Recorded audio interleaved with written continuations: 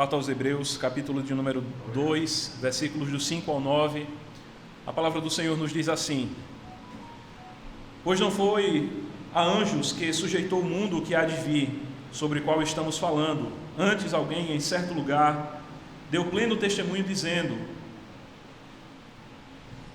Quer o homem que dele te lembres, ou o filho do homem que o visites, fizeste-o por um pouco menor que os anjos, de glória e honra o coroaste, e o constituíste sobre as obras das tuas mãos. Todas as coisas sujeitaste debaixo dos seus pés. Ora, desde que ele sujeitou todas as coisas, nada deixou fora do seu domínio. Agora, porém, ainda não vemos todas as coisas a ele sujeitas. Vemos, todavia, aquele que, por um pouco, tendo sido feito menor que os anjos, Jesus, por causa do sofrimento da morte, foi coroado de glória e honra, para que, pela graça de Deus, provasse a morte por todo homem. Amém. Oremos. Pai amado, nós rogamos ao Senhor que nos abençoe mais uma vez, alimentando-nos com a Tua Palavra, Senhor Deus, a Tua Palavra que é alimento para a alma, que é lâmpada para os nossos pés. Ó Pai, tenha o Senhor liberdade para, por meio do Teu Espírito, aplicá-la aos nossos corações, ó Pai, em nome de Jesus. Amém. Amém, meus irmãos. Como nós temos sempre falado, na medida em que vamos avançando aqui na Carta aos Hebreus, essa carta foi uma carta destinada a irmãos que estavam sofrendo, irmãos que haviam sofrido no passado ao professarem sua fé em Cristo Jesus, mas irmãos que estavam no exato momento em que estavam recebendo essa carta, continuavam sofrendo, continuavam angustiados, continuavam experimentando muitas provações, muitas dificuldades. E aqui o autor aos Hebreus, ele vai se esforçar, sempre argumentando com os olhos fixos em Cristo.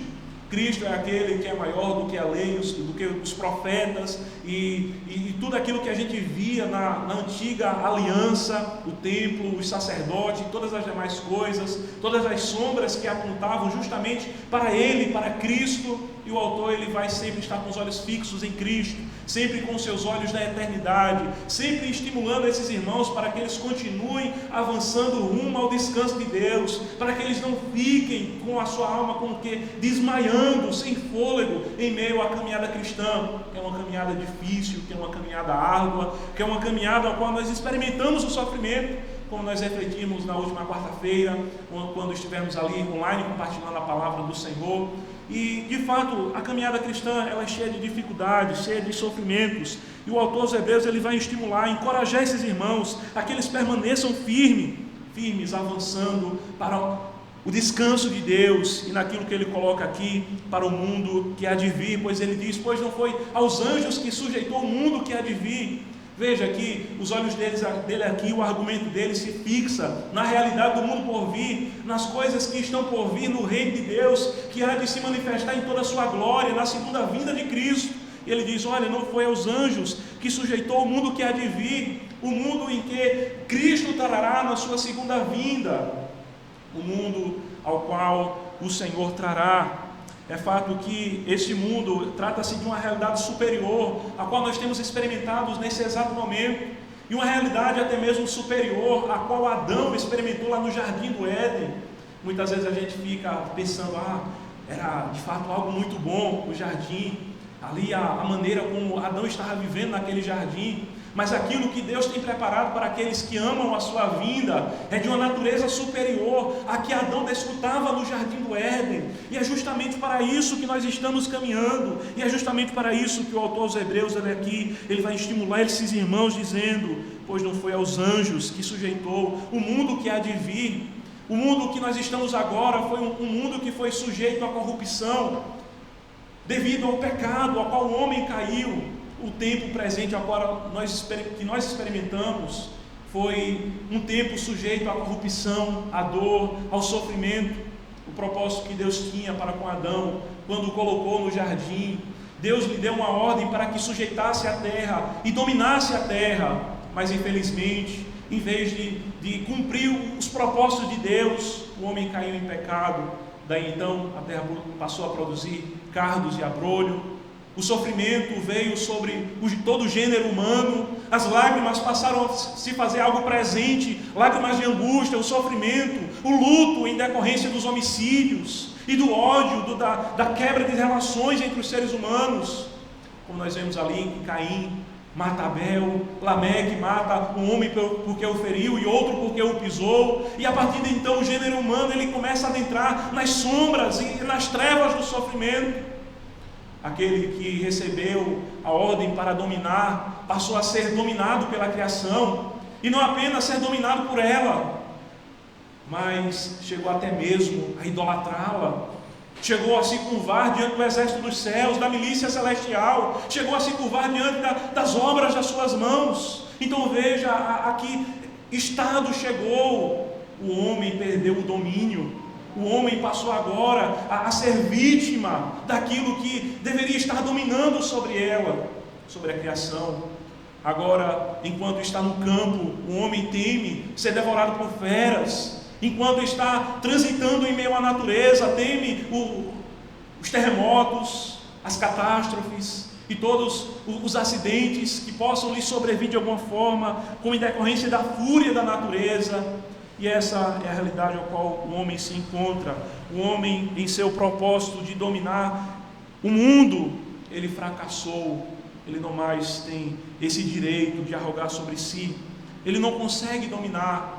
Por mais que ele crie e desenvolvam ferramentas, mas nós estamos aí sendo há mais de um ano humilhados por uma pandemia, algo que acreditávamos talvez que devido ao avanço científico não mais fosse ser experimentado, ficássemos reféns de pestilências como aconteceu em tempos passados, quando vieram a peste negra e vieram outras pestes sobre o mundo.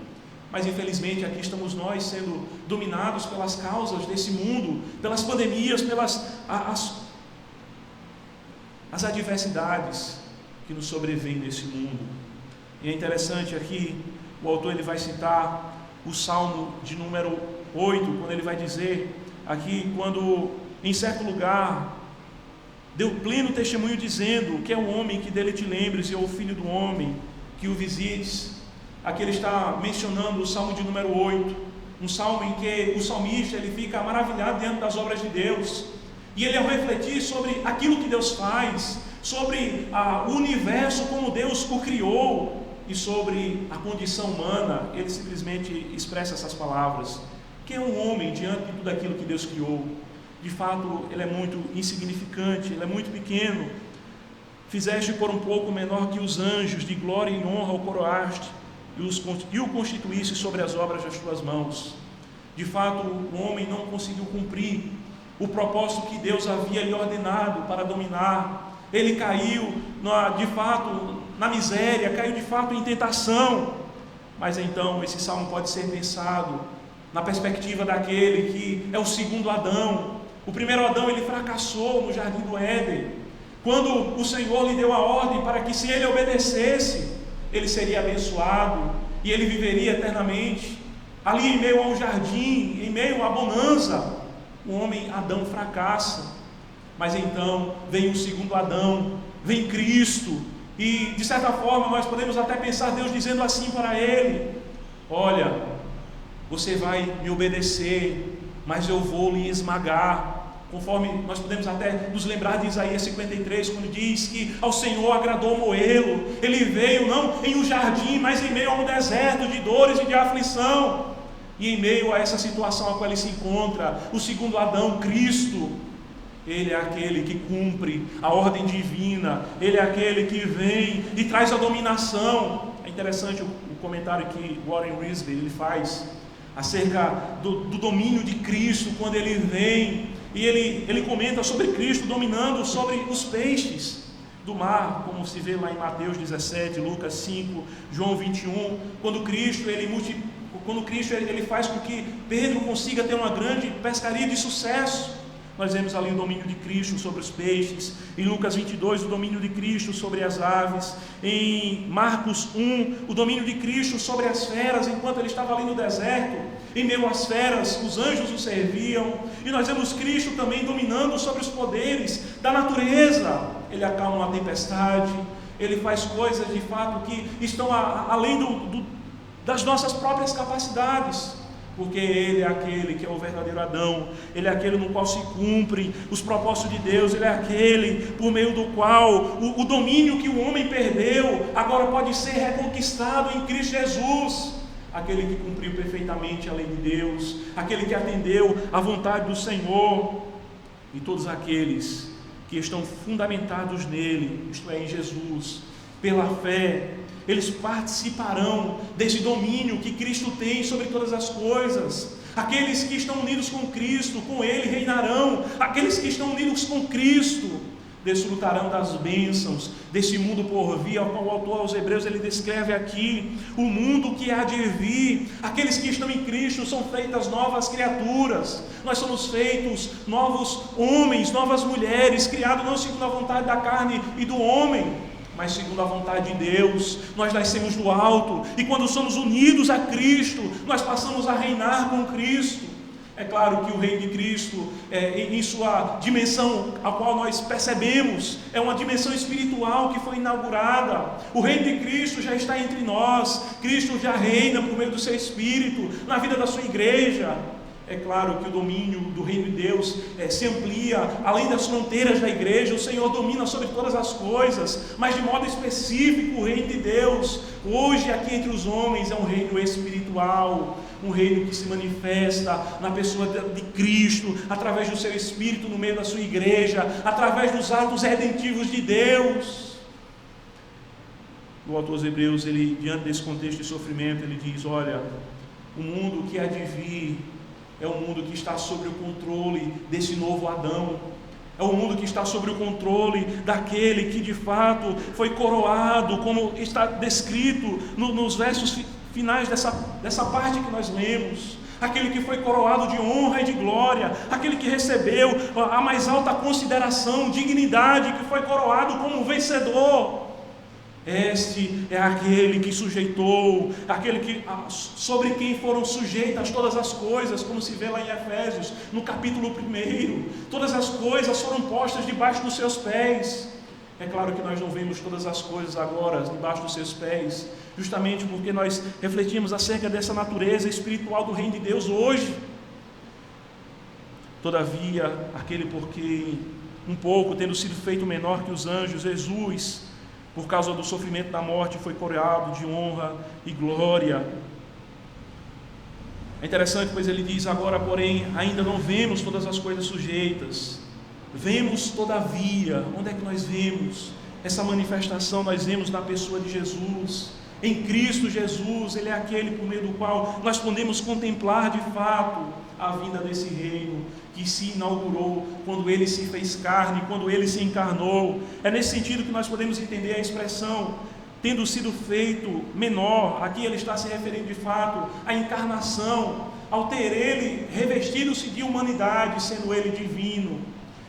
E por meio desse seu sofrimento, Jesus, é interessante porque Ele não refere-se aqui a Jesus, a Cristo Jesus, ou a algum termo relacionado a Ele como divino ou ao Messias, mas Ele está de fato relacionado à sua humildade, à sua humanidade, a seu estágio de humilhação. Jesus, por causa do sofrimento da morte, foi coroado de honra, foi coroado com glória, para que pela graça de Deus provasse a morte por todos os homens. Ele experimentasse a morte que era nossa. Ele foi aquele que morreu a morte que era nossa, tendo vivido a vida que nós deveríamos ter vivido. Ele é aquele que perfeitamente atendeu à lei de Deus, ativamente cumpriu a lei de Deus, mas que sofreu penosamente o peso da ira de Deus sobre si. É interessante, refletindo sobre o ato da crucificação de Cristo, as terminologias que o Tim Keller faz, refletindo sobre a crucificação de Cristo, a morte de Cristo. Ele diz: olha, ali na cruz do Calvário, Ele sofreu a sede eterna, a sede cósmica. Ele utiliza-se desses termos, tentando descrever a dimensão do sofrimento de Cristo, que foi de fato uma natureza infinita, porque ali sobre Ele estava a ira de Deus. O peso da ira de Deus, o castigo que nos traz a paz, estava sobre Ele. E é justamente aquilo que Ele realizou na cruz do Calvário, pela graça de Deus, que nos garante a graça de podermos ser participantes do mundo que há de vir, do mundo que há de vir, um mundo ao qual nós não sabemos dizer em toda a sua dimensão de fato como ele é, até mesmo se pensando como os próprios autores bíblicos, eles se referem ao mundo por vir, é um mundo onde as suas ruas são como que de ouro, são expressões em termos de comparação que muitas vezes são nos trazidos acerca do mundo que há de vir. Nós não sabemos o que não vai ter lá, não vai ter dor, não vai ter sofrimento, não vai ter lágrimas, não vai ter mais conflitos entre familiares, não vai ter mais pandemias, pestes, assolações, coisas dessa natureza que nos trazem angústia nesse tempo presente. Nós não vamos mais envelhecer. É isso que está reservado para aqueles que aguardam o mundo por vir. Nós veremos os crentes da antiga aliança. Nós vamos, acho que vai ter uma fila grande para discutir com Adão: rapaz, por que tu caiu naquele negócio? Mas certamente nós cairíamos também, assim como caímos ao longo da nossa jornada. Nós pecamos diversas e diversas vezes contra o Senhor. Lá no céu nós nos encontraremos com esses irmãos do passado que viveram pela fé. Nós mataremos um pouco da saudade daqueles irmãos em Cristo que nós conhecemos aqui, que partiram. E acima de todas as coisas, nós estaremos em uma eterna comunhão com o Senhor, não mais sendo manchada repetidamente pelo pecado, a qual nós temos na mente que nos assedia, e a qual infelizmente nós caímos. Pois não adianta nós disfarçarmos e dizermos que nós não temos pecado. A própria palavra diz: se nós dissermos que não temos pecado, nós nos fazemos mentirosos. Infelizmente nós caímos em pecado enquanto estamos nesse mundo, e nós nos entristecemos porque isso de certa forma nos desestimula. Nós ficamos angustiados porque pecamos contra o Senhor que nós amamos. Mas no mundo por vir, esse mundo que é descrito aqui, não vai haver mais o pecado, não vai haver mais a tentação, não vai haver mais o sofrimento, essa natureza desse sofrimento que os santos experimentam. Nós não vamos mais sofrer em decorrência dessas questões. Nós estaremos em um corpo ressurreto, um corpo transformado, à semelhança do corpo de Cristo. Assim como Ele é, nós também o seremos. Nosso corpo ressuscitará, será unido à nossa alma, e nós estaremos com Cristo eternamente. Que mensagem gloriosa, meus irmãos, para aqueles que estão passando pelo sofrimento. Que outra coisa nós poderíamos trazer de melhor para nos trazer um ânimo, um estímulo em meio à nossa jornada de sofrimento, em meio à angústia que nós estamos experimentando hoje? Crise financeira, crise pelo luto. Nosso irmão Adailson perdeu sua mãe. Outros estão perdendo seus entes queridos, estão aflitos, estão angustiados.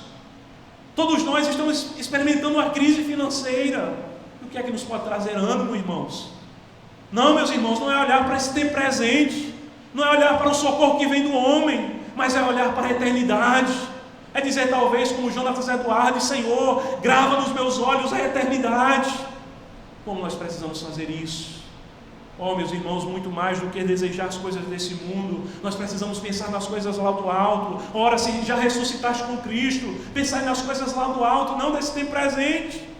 Aqui a gente é peregrino, é estrangeiro, aqui a gente está de passagem, esse mundo vai passar. E não importa, meus irmãos, se a gente viver em uma mansão, ou se uma palafita, numa casa de taipa, numa tapera, não importa. Quando nós estivermos do outro lado da eternidade, quando nós contemplarmos por alguns segundos a glória que Deus tem reservado para aqueles que o amam, coisas que a imaginação humana não pode elaborar. Meus irmãos, imagine aí coisas magníficas, sensacionais, belas, extraordinárias. A nossa mente é insuficiente para descrever a glória do céu. Meus irmãos, coisa que não subiu ao coração humano é aquilo que Deus tem preparado para aqueles que o amam. Portanto, continuemos avançando, vamos continuar seguindo, perseverando na jornada da fé. Esse mundo que há de vir foi sujeito a Cristo, e lá nesse mundo nós reinaremos com Cristo. Certamente nós não temos tempo para discorrer acerca de tudo que poderíamos dizer acerca daquilo que nós pensamos sobre esse texto, mas certamente é de uma natureza muito gloriosa, é de uma expectativa muito grande, meus irmãos. Portanto, não ande cabisbaixos, ande de cabeça erguida, ande lembrando disso, de que você habitará no mundo que há de vir, no mundo que há de vir. Certa vez, nós já estamos concluindo, foi compartilhada a história de uma irmã em Cristo, uma irmã que, um histórico sofrido, uma mulher que ficou viúva 2 vezes, uma mulher que a maior parte da vida dela foi em doença, em pobreza, e as pessoas estavam ali ao redor do leito de morte dela, estava já nos últimos momentos dela, e alguém pensou que ela já tinha morrido, e disse um comentário muito infeliz, uma vergonha. Foi isso que essa pessoa disse. Ela teve uma vida muito dura, 2 maridos morreram, ela viu 2 maridos morrerem, vivia doente e ainda por cima vai morrer pobre. Veja que comentário infeliz. De repente ela abriu os olhos, olhou para todos ao redor e disse: quem me chamou de pobre? Sou rica, e logo estarei diante do Senhor como um leão. Essa é a expectativa dos crentes. Nós estaremos de pé naquele dia, nós escutaremos: vinde benditos de meu Pai, adentrai para o descanso eterno. Oh, meus irmãos, os bodes vão escutar: apartai-vos de mim, serão colocados à esquerda, mas nós seremos chamados pelo Senhor, Ele nos chamará pelo nosso nome. Que alegria, meus irmãos, que expectativa tão grande nós temos. Pai amado, nós bendizemos o Teu nome, ó Pai, que possamos nos deleitar, Senhor, na verdade de que existe um mundo por vir. Ó Senhor, o fundamento é Cristo. Ó Pai, é uma dádiva que vem como graça do Senhor, um presente do Senhor. Nós louvamos e bendizemos a Ti pela Tua palavra, Pai, em nome de Jesus.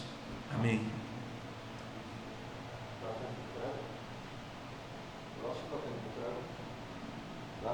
Dá, mas vamos deixar para lá.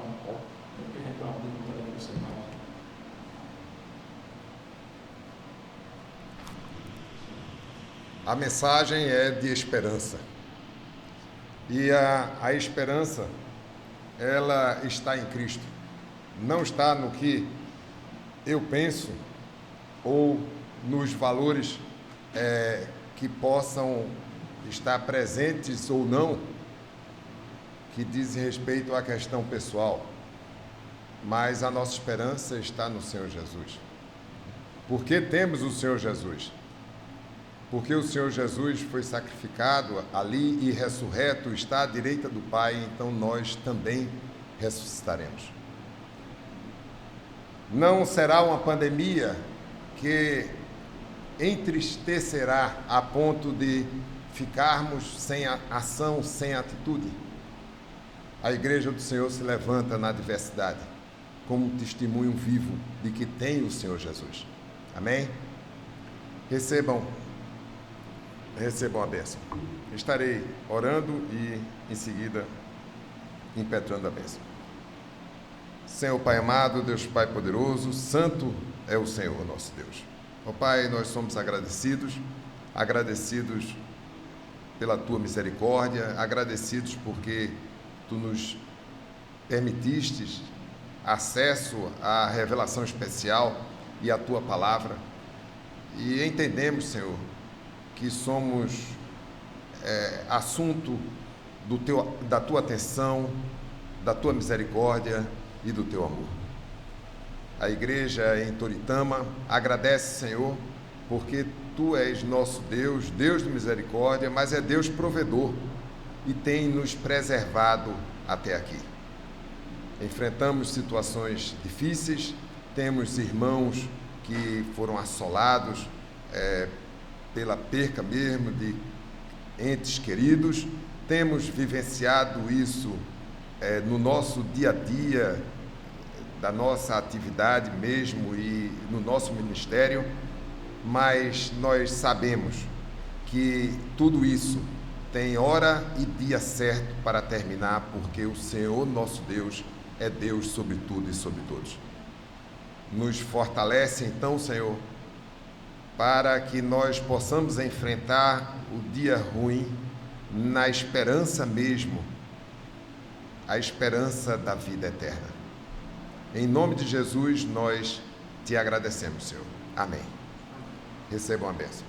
A graça do Senhor Jesus, que vence todos os nossos pecados, o amor de Deus, que transcende a tudo e a todos, a comunhão e as doces consolações do Espírito Santo esteja sobre cada um de vós. Ide em paz e que o Senhor os acompanhe. Amém. Queridos, ainda uma informação. Os números das internações de alta complexidade têm caído.